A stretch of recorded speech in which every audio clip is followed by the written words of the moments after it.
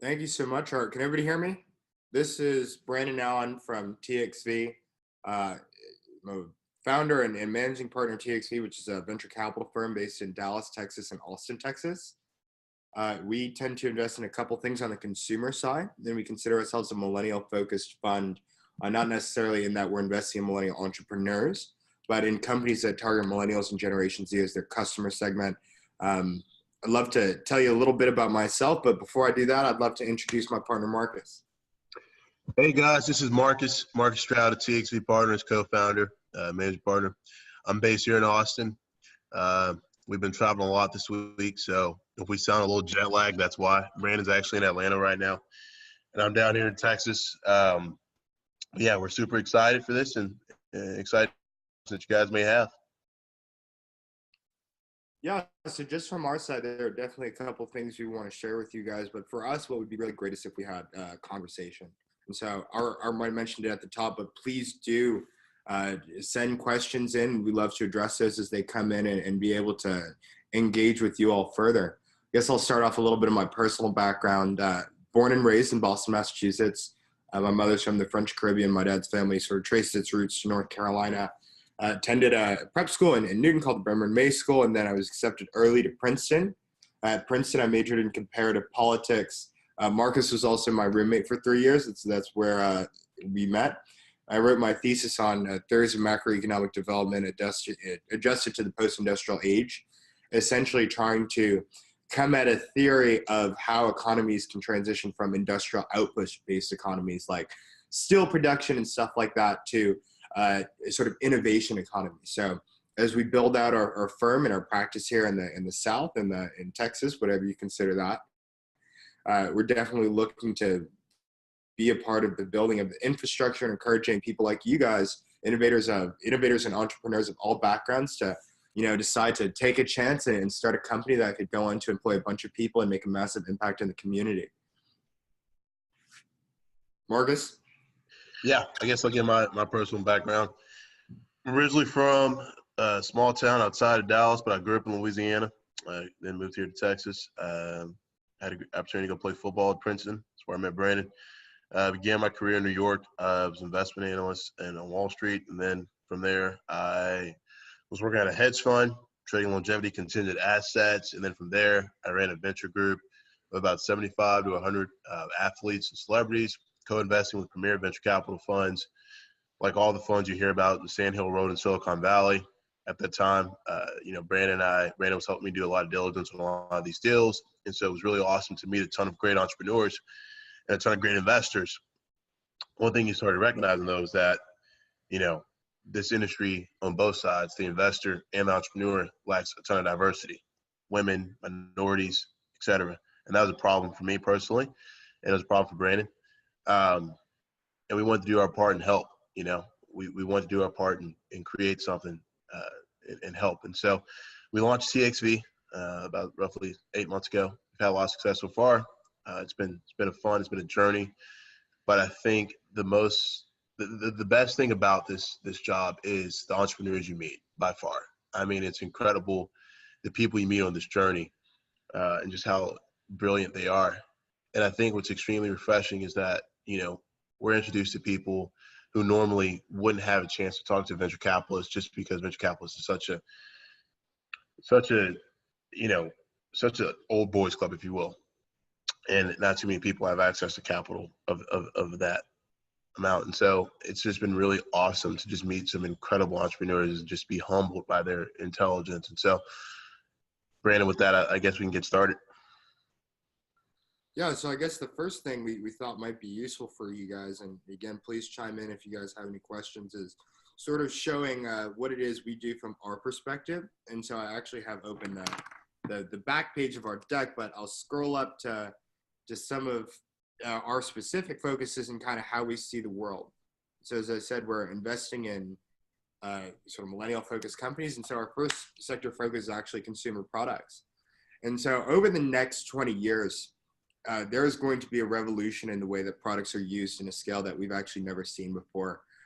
Klaus Schwab, who is the head of the World Economic Forum, actually called it the fourth industrial revolution.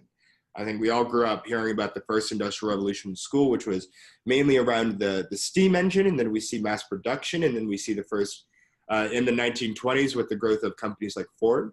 And then we see the advent of the digital revolution with IBM and Compaq and companies like that. But now we're entering a revolution that's going to be completely different.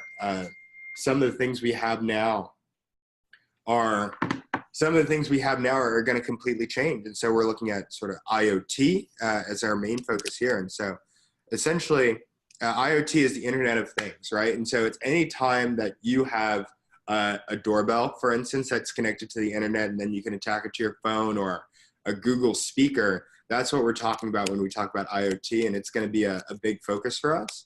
The second is blockchain. And so obviously blockchain is something that really got hot with the Bitcoin boom and bubble, but the underlying technology there, the sort of distributed ledger, we think is going to be pretty great for TXV as well. And our third focus is fintech. So we can dive deep into fintech. This is kind of how we see fintech right now. The first is that there's going to be more usage of data to make decisions and stuff like lending. So I don't know if everybody's familiar with applications like Affirm, where it's essentially layaway, but put on an app, or anything that we still need to walk into a bank to, we could end up putting that on our app as well. And then finally, the reduction of friction. Easiest way to put friction is when any of us opens an Uber application, we put in where we're headed and we click go. And in the process of doing that, we pay. So it used to be that you had to go to the bank, get cash, and then hand that cash over to somebody else, get the change and put it back in your wallet. And then we had cards.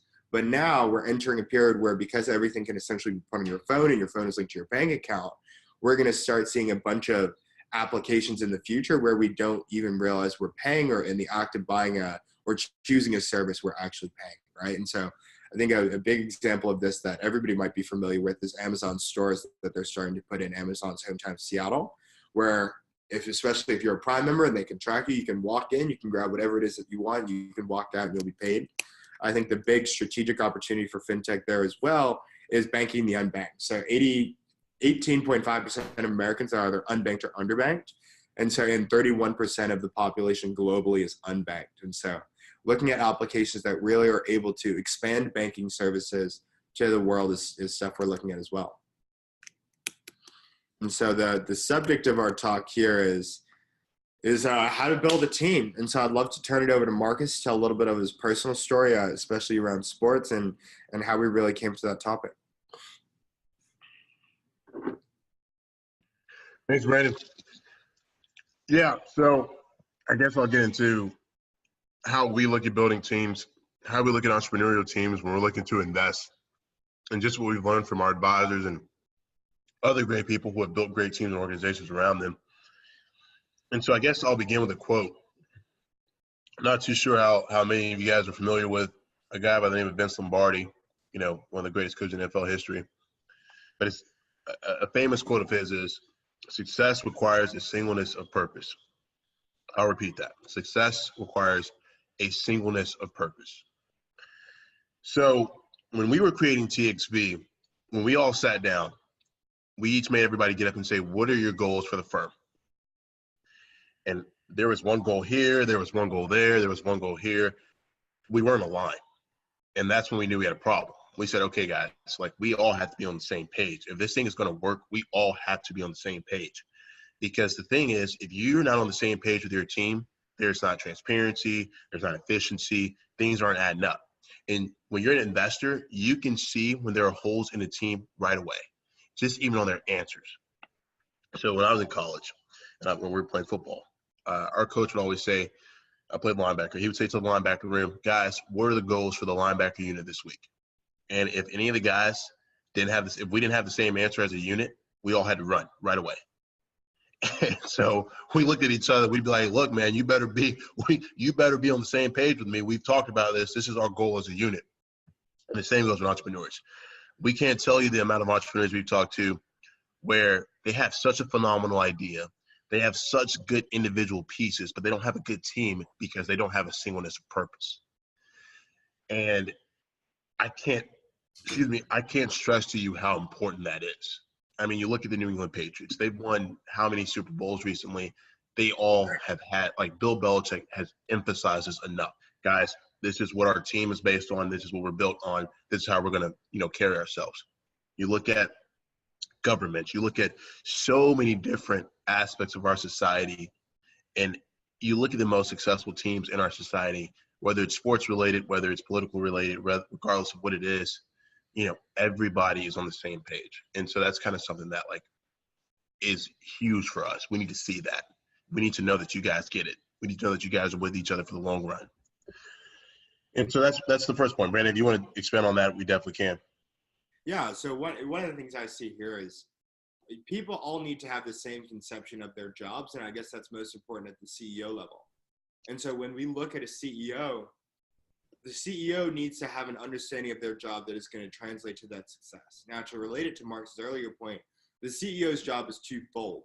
The first is to make sure that the trains run on time. Everything should be operating. The CEO should be in charge and the buck stops there. But the second is that the CEO is in charge for setting the mission and the purpose for organization.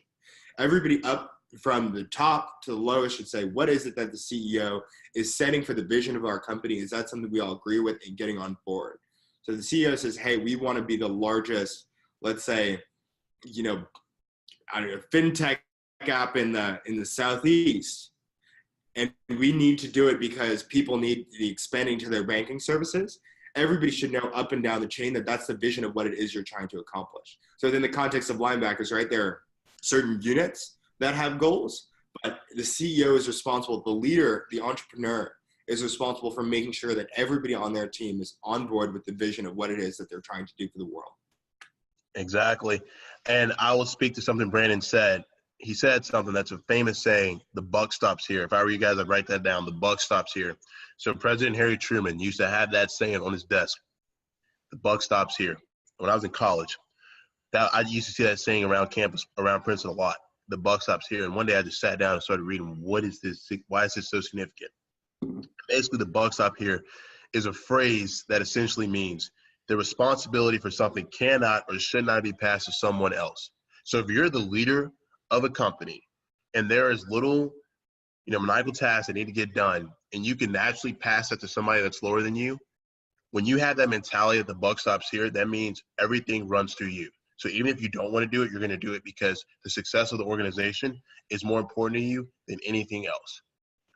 And so if I'm a CEO and I'm looking at a company, I should look at these things threefold. I should think, number one, the success of our company is rooted in the happiness and the joy of our clients or our customers. So that's first and foremost. Your clients, your customers, your investors, they come first before anything else. Before you, before your company, they come first and foremost. Number two, the success of your firm. Now, obviously, that's correlated to the success of the clients, but the firm is stable financially. The firm is stable internally. Everything is important. And then you think about yourself, and then you think about your pockets. Okay, it's very easy when an investor is talking to you, and you're looking at their budget, and you're looking at just kind of their cap table, and if you see that this CEO has 100% equity and has given their co-founders or their developers little stipends of cash here, no equity in the company, or if you or if you see salaries and the CEO's salary is way here and everybody else is way below that, you obviously see that CEO is not thinking about the team or the firm first, and that's a problem. We'll tell you guys a story. There was a company we were looking at. We loved it. They had the pedigree. They had everything we wanted in a company. But we're looking at it. The CEO had complete ownership, which, we can argue whether or not that's good or not. But the salaries were absurd. The goals were not aligned. The back end, which we'll talk about in a minute, which is extremely important, wasn't adding up. And we walked away. And the guy just couldn't believe it. He said, do you realize what I've done in my career so far? You realize the things I've accomplished? Do you realize the success that I have had? And he kept saying, I, and that was a problem for us. And guess what? About 4 or 5 months later, that company went under anyway. And so right there, you saw that there was not a singleness of purpose amongst that team. The buck didn't stop here with that guy.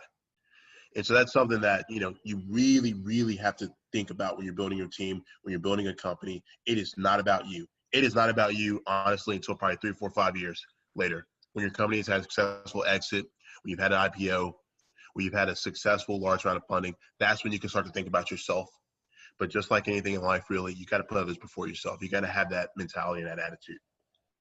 To really hammer on that point, I think one of the most interesting things, so as you can imagine, these are questions that we actually talk and think about a lot, and we try to take the best examples of teams, whether they be corporate, whether they be sports, or in this case in the military, and apply them to how we do it. The Navy SEALs, if you ask them what's one of their principles that they operate on, one of it is radical accountability.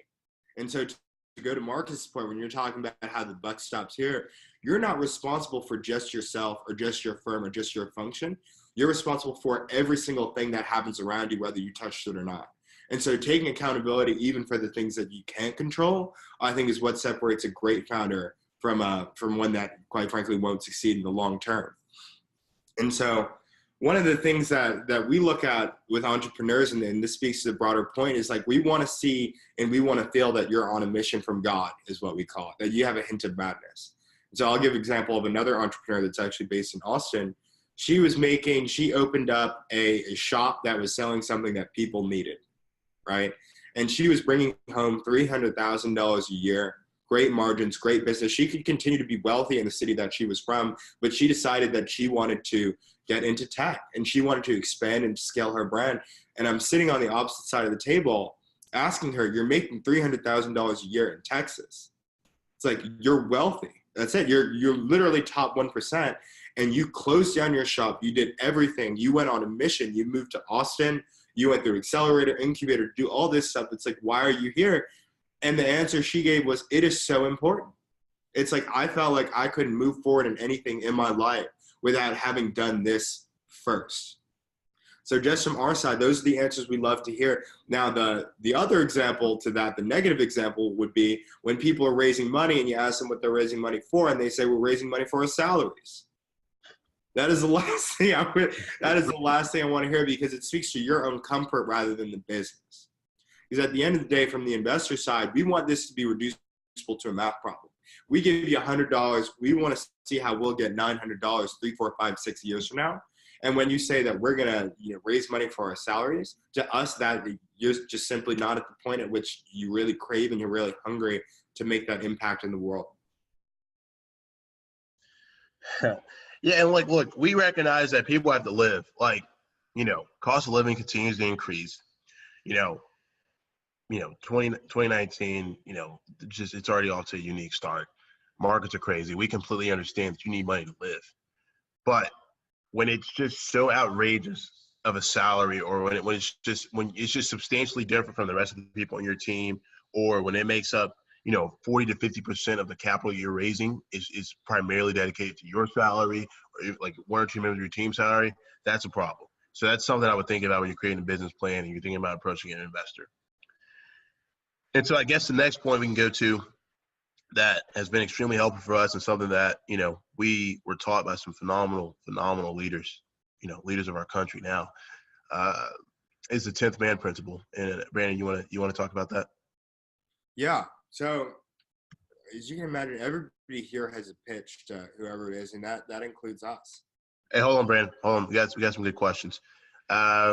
So a question was asked is, what if it is really salary adding team members to support your business? So I guess to clarify, you're asking, what if the capital you are raising is essentially needed to add team members for business development, or to accomplish another segment of your business, like a sales lead or marketing coordinator?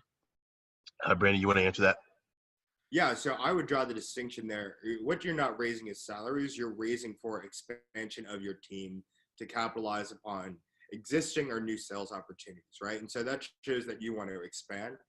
I would say that there have been, I guess the pure example that we were giving was a single founder saying they had an idea and saying, I want to raise $500,000 for my salary over the next 2 years, almost exclusively. So number one, they're paying themselves $250,000 a year. And they're saying that none of this money is actually going to go to the business. And so in that case, where it's adding team members, that's quite different than saying, hey, I just want to live well while I'm doing this thing. Exactly. And wording is everything in your business plan or your investor presentation or your deck. It's like, if you say it that way, I am adding for team expansion and then you clarify a team expansion. This is exactly why I need this person. This is why I need this position. This is why I need that position. That gives us investors. That makes us feel comfortable because we understand. We grow our portfolio companies right now. When they say we need more capital, when they say we need to expand, I'm like, why? Give us reasons why. Tell us why.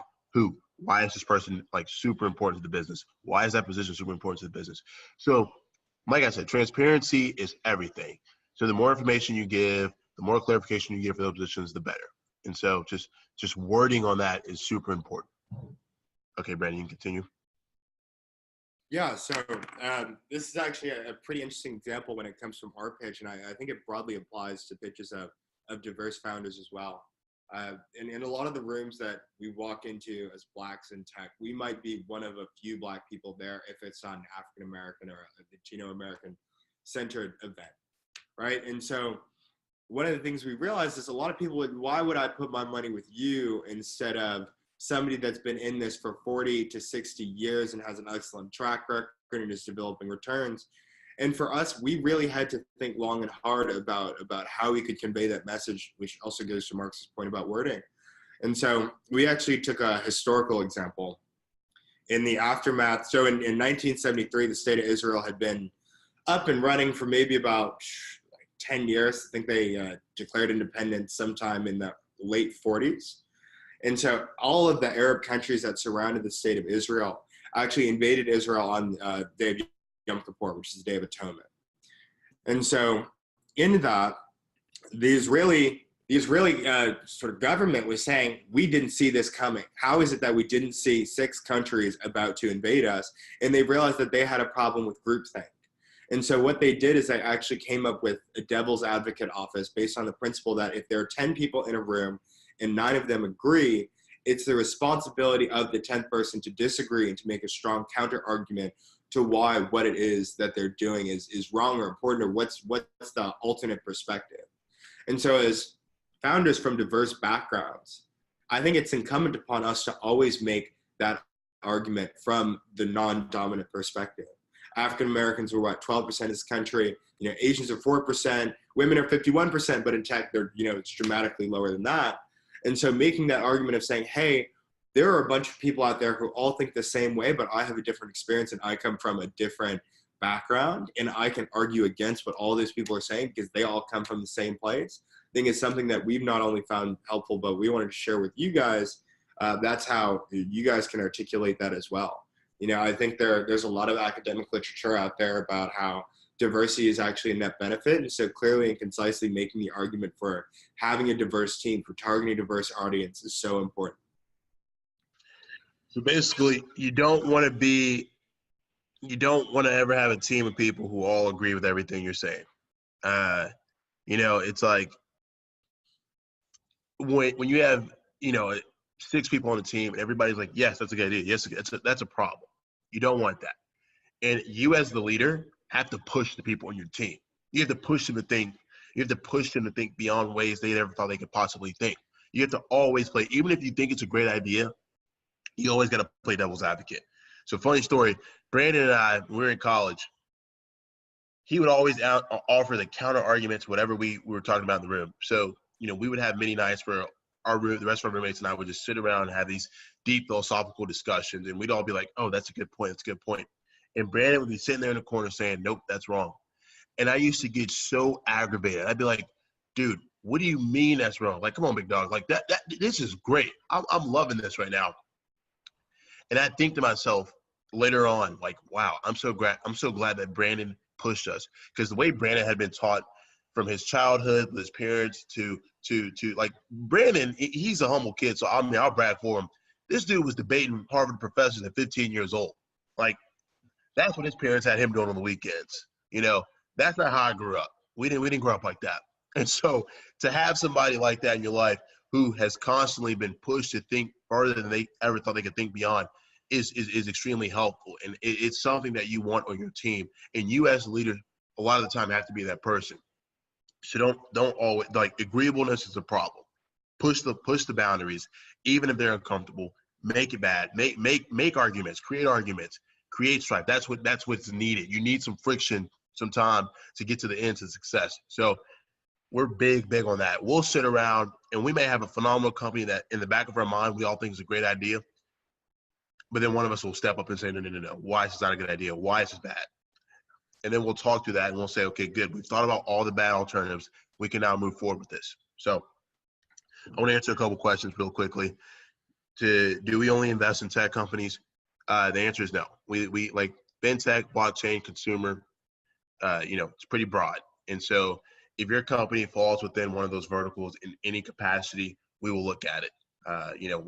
We've looked at everything. We have a really, really cool company that we're working with right now. They're a clothing line, and they used to be one of the flagship clothing lines in Philadelphia. And now they've relocated to Texas. They're redoing some things, and now we're working with them. And so we literally work with everybody as long as they fall within those three verticals. And another question we received is, what do you feel is the ideal team every company needs, regardless of the type of company? We think about this a lot. We even think about this a lot within the context of our own team. And so to play the football metaphor forward, Marcus had coaches that said, it's my responsibility to place everybody in a position where they're going to be able to win and succeed for the team, right? And so that's also how we look at it when we're building a team. What is it that we need? What is it that people have strengths in, but the opposite strengths and weaknesses? Where are people's weaknesses, and how do we cover up those weaknesses as a unit? And so for us, we were actually, sort of trying to categorize our team into how everybody broke down. And so for us, my turn to brag about Marcus a little bit. Marcus is the visionary. And so I would not be here in venture capital, coming at you live from Atlanta, Georgia, living in Dallas, 1,500 miles from where I was from, if I wasn't following the example of Marcus, who said, hey, I got this great opportunity. Let's do it. Like, there's the horizon. Like, let's just run towards it. And so I think the visionary, which is oftentimes the CEO, is almost the first person you have in the team. You, if you're starting a company by yourself, has to be, the person that really sees the forest and not the trees.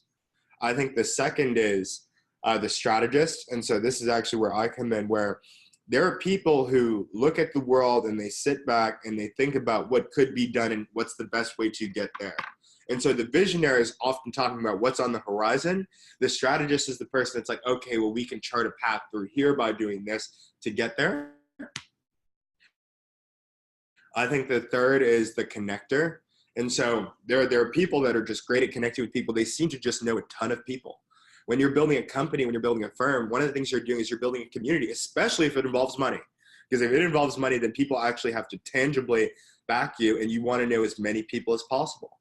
And I think the fourth is the operator. There has to be someone that, if the visionary is focused on what the company's going to look like 20 years from now, the strategist is focused on how to get there, and the connector is focused on who do we need to meet that's going to help us in that journey. There has to be somebody that, pays the bills. That pays the bills, that makes sure every single email gets answered, that makes sure that everything is running on time and perfectly, although not necessarily in the same function that the CEO would. And the operator, I think, would be the first. So it's like when we look towards, when Marcus and I were thinking about doing this, and when we think about, quite frankly, becoming friends way back when, we realized that there was a complementarity to our personalities. Marcus played football from the South. I lifted books from the North. But we realized that we both shared something. We both shared, I guess, what's most important to us, which is our Christian faith, number one. But number two, we both shared a vision of what it is that we wanted to do. And I stand in awe of what Marcus is able to do sometimes. And he'll communicate that, there are some things that I do that he just says that, that darn Brandan, oh my goodness, I can't believe that he's able to do that. And so you want to find people when you're building a team that not only fit into those four categories, but that inspire you.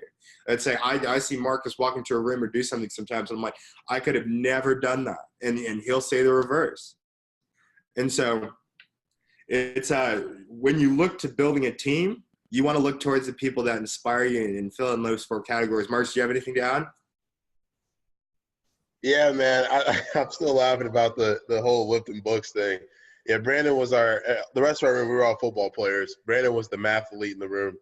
But you got to have somebody like that around you. You got a bunch of, when everybody is the same, it doesn't create, good thing. But anyway, I agree with you, Brandan, completely with what you're saying. Like, you got to have visionary, you got to have the operator, you got to have the strategist, and you got to have that person who's willing to do the mop-up duty, you know?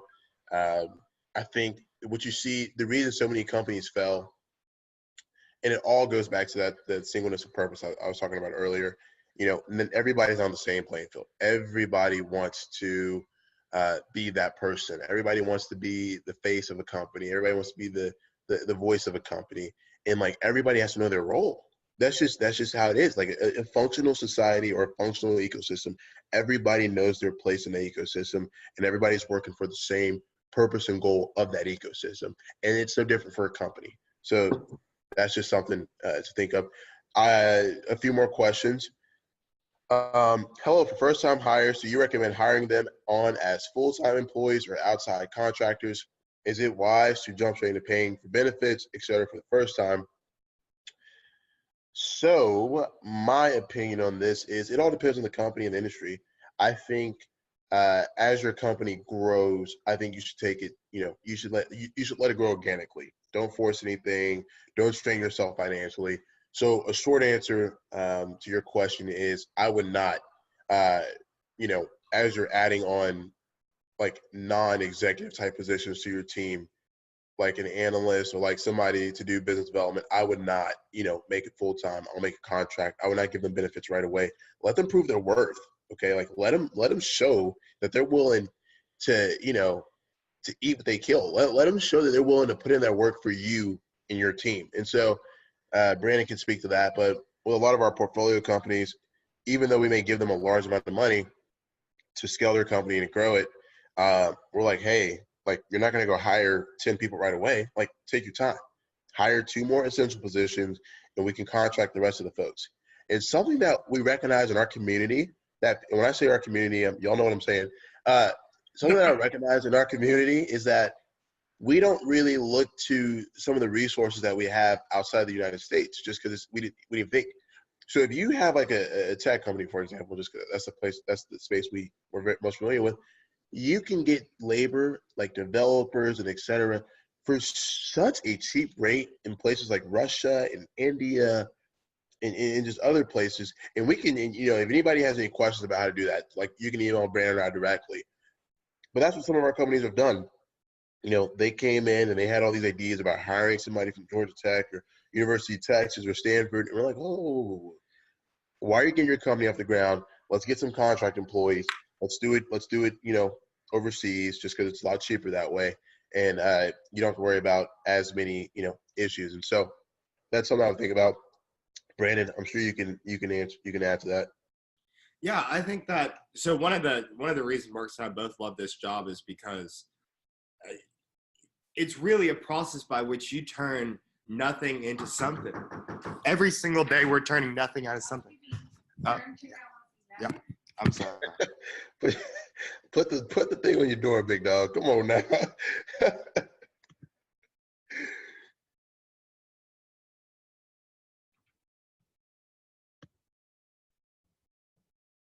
Hello, Brandon. I think you're on mute.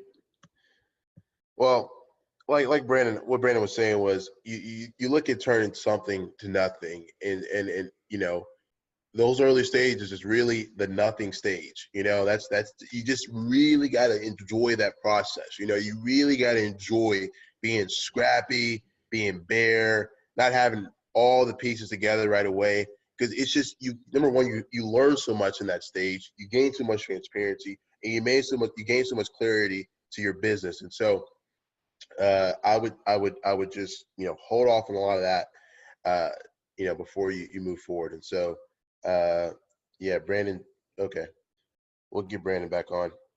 And so I would definitely you know, hold off on that stuff. Next question, how transparent should pitches be about shortcomings and growth progress?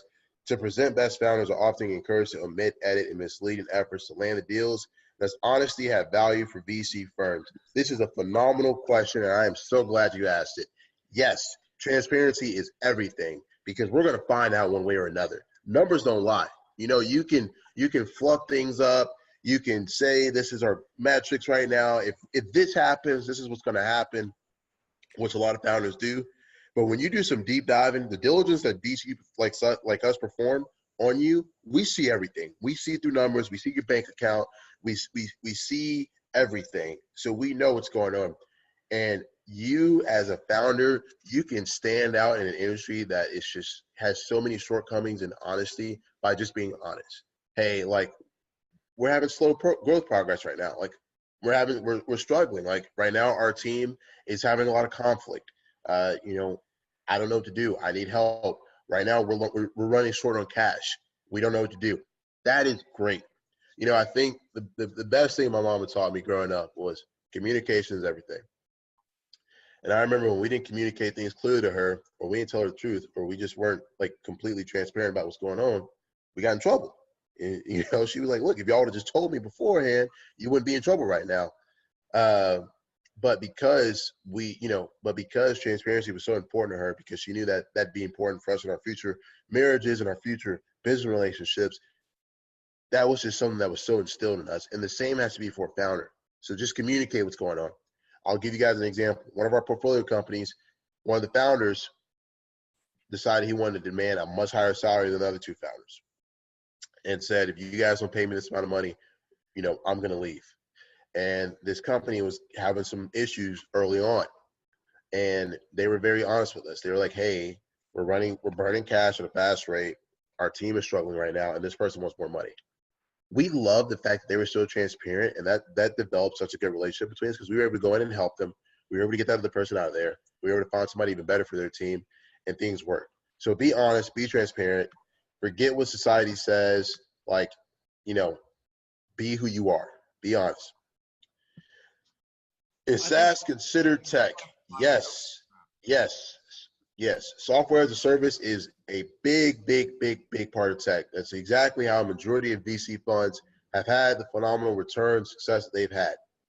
So to answer your question, yes, SaaS is definitely considered tech.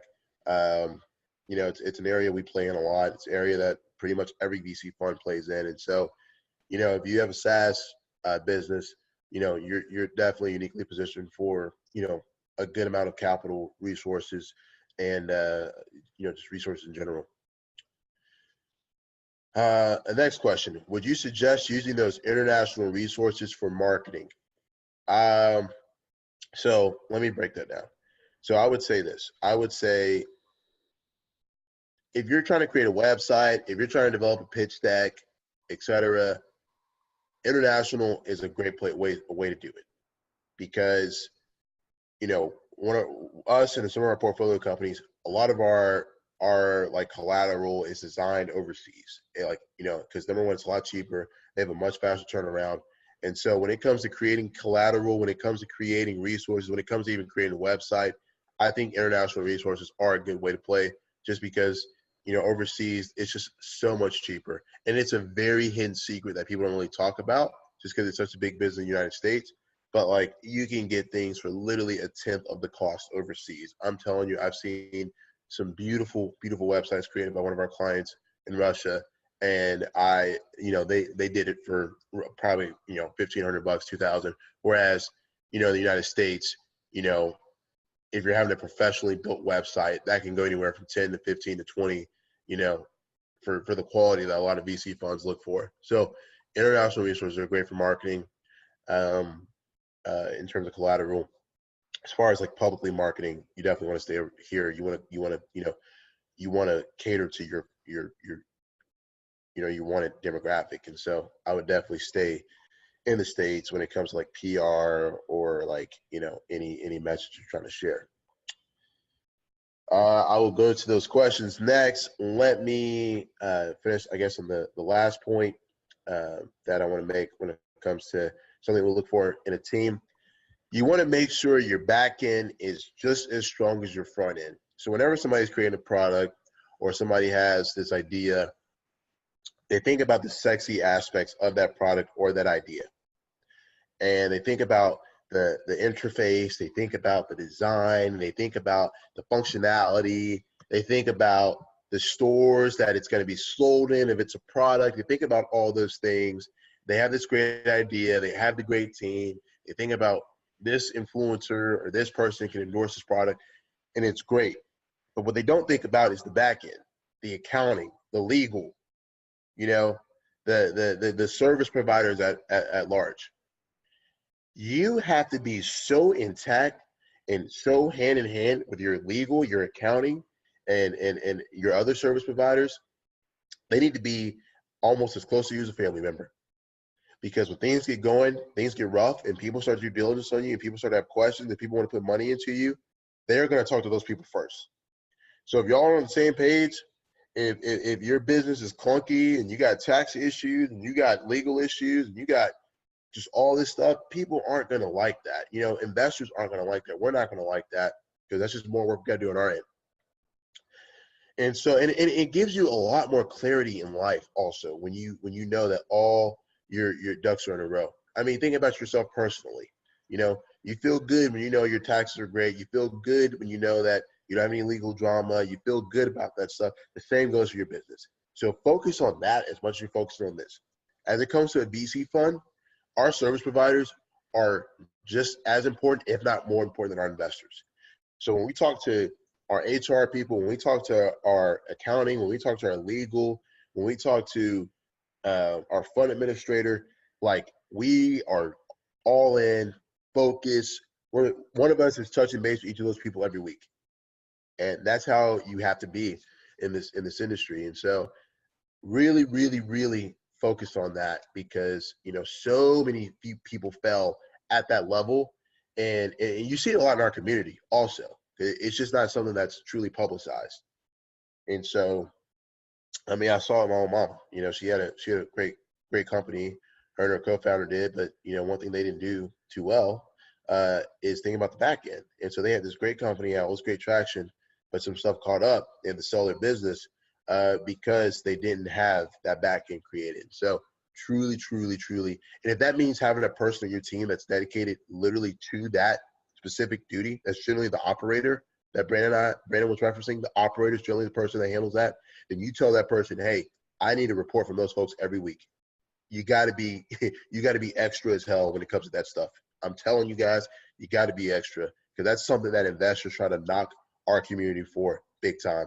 That we don't have the house built, that the infrastructure isn't together, and that we're just merely great ideas. And we got to destroy that stereotype. So I'll get to the questions that I missed out on. How different is a CTO from a – I'm sorry, guys. I think Brandon is trying to get back into the call. Let me see. I'm here. Yep. You here? Yep. Okay, good. Brandon, you want to answer this question? How different is a CTO from a CPO in regards to a SaaS product? Yeah, so CTO is mainly around the building of the product, the technical back end there, and a CPO would sort of manage that product. And so I would say that that's kind of, when you have both a CTO and a CPO, that's kind of a bigger company. Say in an early stage venture, those people should ideally be the same thing. The person that understands how to effectively communicate the product and what it does should also be the person that's able to build the product. Good job. Yep. Next question. We haven't made money, but have support from local government. Is it too soon to pitch, even though we are looking to open our co-working space this summer? We haven't made money, but we have support from local government. Is it too soon to pitch, even though we are looking to open our co-working space this summer? Brandon, you are so good at answering this type of question. Please. Yeah, you see, I would say that there exists a spectrum of VC. So when we say that it takes you invest in seed and Series A questions, Series A companies, Series A is we're making revenue, but we haven't exactly hit a lot of profitability yet. In some cases, that's sort of a broader sort of example of what that might be. Seed is, hey, we're just starting, we're just up and running. We need money to start this. But before seed is actually pre-seed or angel. And so those are typically like the $100,000, $150,000 checks. I would encourage reaching out to your community and realizing and figuring out who can write those type of checks. The other thing that we don't realize is that a lot of municipalities are actually handing out money for small business creation. So there's SBA loans on the federal side, but there are also grants that local governments give out because they actually want to spur job creation. So I would encourage you to look at those resources before approaching a venture capital firm. But I'd say the one thing that you always have to have, and we go back to it over and over again, is data, data, data. And so as an investor, I want it to be reducible to a math problem. I want to understand how I'm going to get my money back. And the only way that that's possible is through data. And so by getting the data at the earliest stages possible and beginning that process of data collection, you'll be able to effectively pitch to the angels, to the pre-seeds, to the seeds, to the Series A, with more and more data coming along as the bigger and bigger that you grow. I agree. I think that somebody was like, hey, what would you say about agreeableness earlier? Listen, it's different as it relates to this. I think that that's something that, that's not emphasized to entrepreneurs enough, is that, like, listen, there are many different rounds of funding you can go through. You can go through a pre-seed, you can go through a pre-seed, you can go through an angel round. Like, truly think about how much capital your company needs and then label that as a round of funding you want to go to. Because sometimes that language can decide whether or not you get a check. So if you tell an investor, some folks that, hey, I'm raising an angel round right now to get the company and get the idea in gear, okay, that's great. So when you're raising an angel round, be prepared to give a little more equity than you would like, but those people are going to give you the money to truly get your idea off the ground so you can proceed and go to the seed round and talk to people like Brandan and I. And so truly, truly believe in that angel round. If you have an idea, you haven't really received a large amount of capital yet, in angel rounds, you can get capital from accelerators, you can get capital from individuals who are angels, you can get capital from a lot of those places. And like I said, we would gladly share any resources that we can with you folks on how to go about that. But, that's something that I would truly think about as you're, thinking about how to raise capital. So another question is, super specific question. In the food and beverage industry, if a startup is seeking to expand into a heavily tech-based service feature, is the idea enough? Would you fund and facilitate building a team to bring the idea to life, or would the mandate be to make some progress on the infrastructure before you'd consider it? Goes back to what I just said about the whole angel seed round. Make some progress on that idea. Let me know about the idea. Let Brandon know about the idea, like right now, so we can track your progress. But make some progress on that idea before you try to approach before you try to approach a venture capitalist. You need data. We got to have some data to work off of, and so make some progress, and then keep us in mind. And then when you made a little bit of progress, you've had a little data to work off of, then we can talk about, okay, you're still a little early, but this is how we can help you scale, and we can give you this amount of capital. So I hope that answers your question. Another question. Can you recommend a company that creates websites or a website that lists various resources overseas?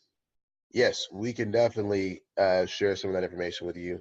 Like I said, we'll send out some stuff post call, and we'll give you guys some folks and some resources to look at, to help out.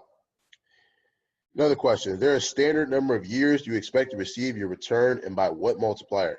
Brandon. Yeah, Mr. so Wonderful. 5 to 7 years.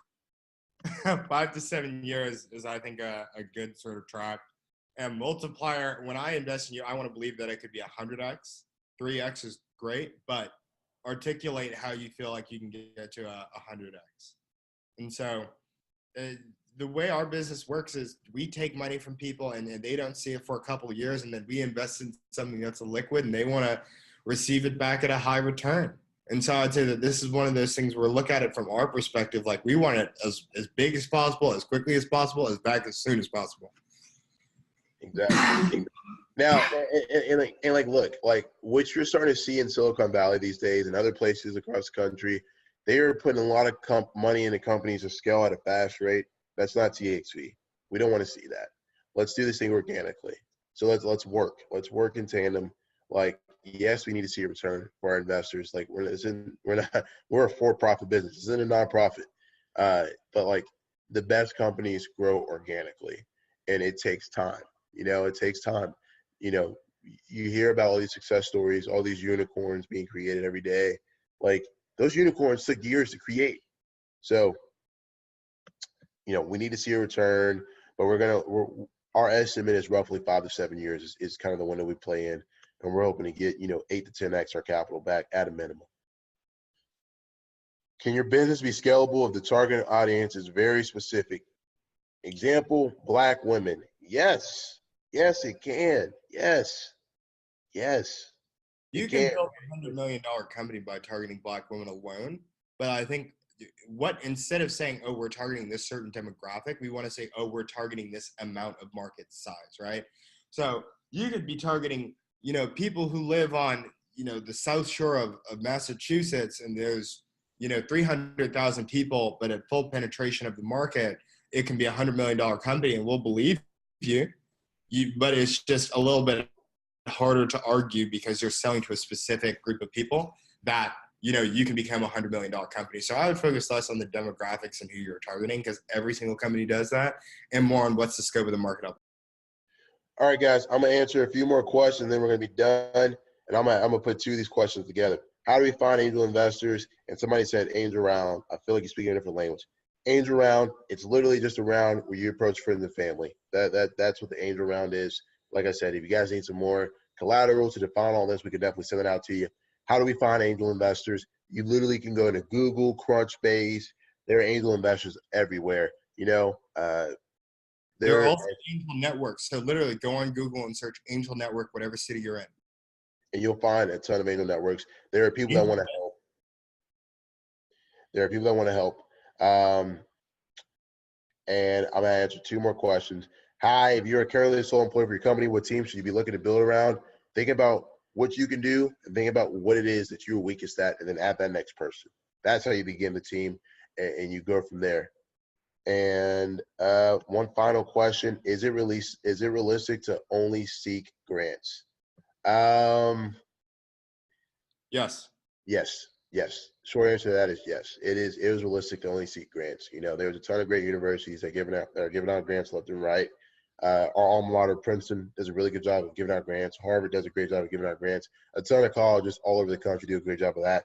A ton of governments do that as well. And so, yes, that is true. Guys, this has been great. I hope this was helpful for a lot of you guys. Like I said, you can reach TXV, connect to TXV Partners. Brandon and I will reach out to you, or somebody on our team will reach out to you. Once again, that's connect@TXV Partners. And so if you guys have any questions or need anything, please feel free to reach out anytime.